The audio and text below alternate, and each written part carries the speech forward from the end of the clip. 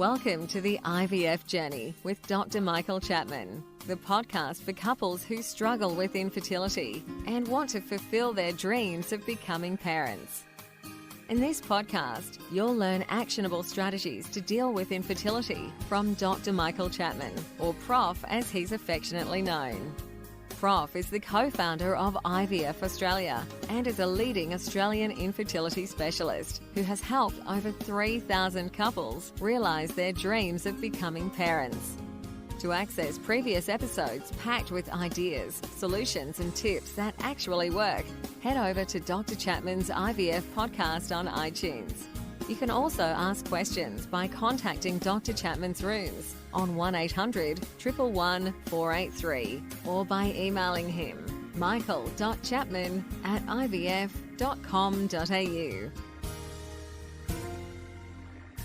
That first cry of a baby born after the long journey of IVF remains one of the most beautiful experiences in the world. As an obstetrician and an IVF specialist, I've had the privilege of experiencing this over many thousands of times in my long career, but I still remain moved by each baby's first cry. It signifies the end of a long journey and the beginning of a new life. This is Professor Michael Chapman, co-founder of IVF Australia and host of the IVF Journey podcast. Thanks for tuning in.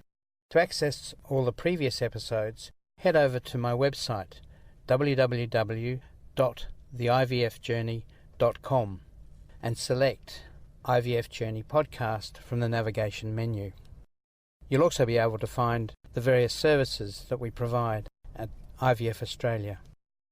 So today's a big day. Human Reproduction, which is the premier journal for infertility research in the world, has published a paper from IVF Australia on artificial intelligence and the selection of embryos. So computing really now has come of age in our laboratory, and the results are impressive. We're getting better pregnancy rates because of it. But the story is an interesting one. Artificial intelligence is a growing specialty within informatics, and young people, a mathematical mind, are putting themselves into scenarios of using AI because they understand it, unlike old guys like me, and coming up with solutions. So a young man, in fact a medical student at University of New South Wales, was listening to a lecture from our senior embryologist. And in that lecture, the embryologist was saying that the way we pick embryos is by looking down a microscope and looking at the shape of the cells and the number of cells and making a guesstimate as to whether it's a good embryo or not. But with that technology, or lack of it, it's the eye of the beholder, the scientist who's trained to look for the best embryo. Success rates in women under 38 per embryo have been around 35 to 40%, and it hasn't moved really for the last 5 years. So he was giving this lecture and decrying the fact that we couldn't do any better despite various ways we use in the laboratory to improve things. So, for instance, the most recent application of technology has been what's called time-lapse photography. So we can now watch an embryo from the time of fertilization all the way through to the 5 days of creation of a blastocyst. Every 15 minutes a picture is taken, and the cell divisions that occur from one cell right through to 200 or 300 cells can be viewed in a time-lapse sequence. And for the last 5 or 6 years, scientists have been looking at those images and seeing which cell division perhaps might tell us about the best embryo, but it turns out it doesn't help. So this young medical student also happens to be the son of a professor of mathematics, came down to our scientist at the end of the lecture and said, I think I can solve this problem for you.